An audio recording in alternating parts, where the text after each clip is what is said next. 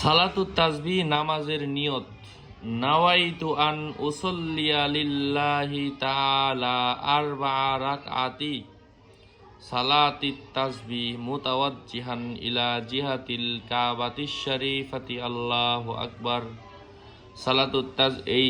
এটার অর্থ সালাতুত তাসবিহ নামাজের নিয়ম। সূরা কেরাতের পর 15 বার, রুকু অবস্থায় থাকিয়া 10 বার, রুকু হইতে দাঁড়াইয়া 10 বার, প্রথম সেজদায় থাকিয়া 10 বার, প্রথম সেজদা হইতে বসিয়া 10 বার, সেজদায় দ্বিতীয় সেজদায় থাকিয়া 10 বার, দ্বিতীয় সেজদা হইতে বসিয়া 10 বার, মোট এক রাকাতে 75 বার হল।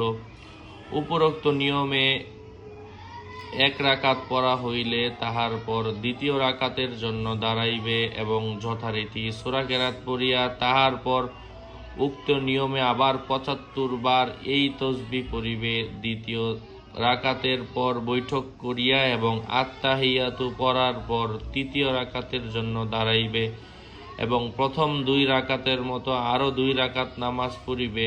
এইভাবে 4 রাকাত মোট 300 বার পড়া হইবে।